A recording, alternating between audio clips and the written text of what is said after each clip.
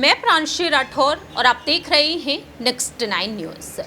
NDA में एक बार फिर से नीतीश कुमार सरकार की वापसी हो चुकी है। जिस तरह से बाजी पलट दी नीतीश कुमार ने, महागठबंधन इंडिया में एक बड़ी टूट उन्होंने पैदा कर दी। इसके बाद से देखा जाए तो एनडीए खेमा अब और भी मजबूत होता हुआ दिखाई दे रहा है।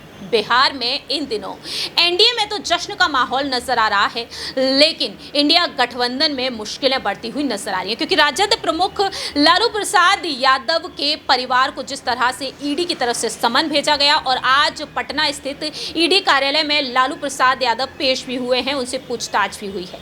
ऐसे में देखा जाए तो आरोप प्रत्यारोप का सिलसिला जारी है।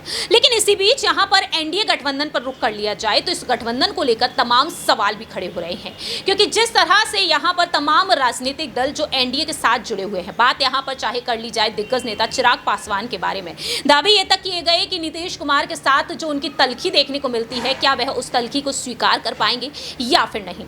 ऐसे में अब यहां पर चिराग पासवान पूरी तरीके से बीजेपी आलाकमान के फैसले से स्वीकार होते हुए नजर आ रहे हैं। चिराग पासवान जिस तरीके से जेपी नड्डा से मुलाकात किए और अब कहीं ना कहीं सीट बंटवारे को लेकर यहां पर रार बढ़ती हुई नजर आ सकती है। इसी बीच देखा जाए तो चिराग पासवान के चचेरे भाई प्रिंस राज मैदान में उतर आए हैं और उन्होंने बधाई संदेश भेजना शुरू कर दिया है नीतीश कुमार की सरकार को। जी हां, आपको बता दें कि बीजेपी कार्यालय पहुंच बीजेपी कोटे से मंत्री बने सम्राट चौधरी और विजय सिन्हा को प्रिंस राज ने बधाई दी।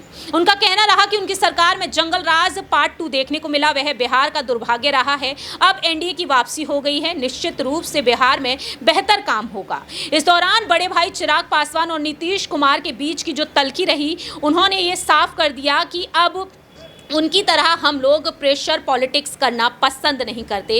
वह क्यों ऐसा करते हैं ये वही बता सकते हैं। और ऐसे में अब यहाँ पर उनका कहना साफ तौर पर रहा कि एनडीए का अहम हिस्सा हमारी पार्टी है और ईमानदार साझेदार रहे हैं। जहाँ सम्मान और विकास की बात होती है, हम वहाँ होते हैं। चिराग के साथ होने को लेकर उन्होंने एक बार फिर से इनकार कर दिया। तो फिलहाल देखा जाए यहाँ पर प्रिंस राज ने डंके की चोट पर अपनी बात रखी है और अब उनके इस बयान से भी यहाँ पर हलचल तेज होती हुई नजर आ रही है।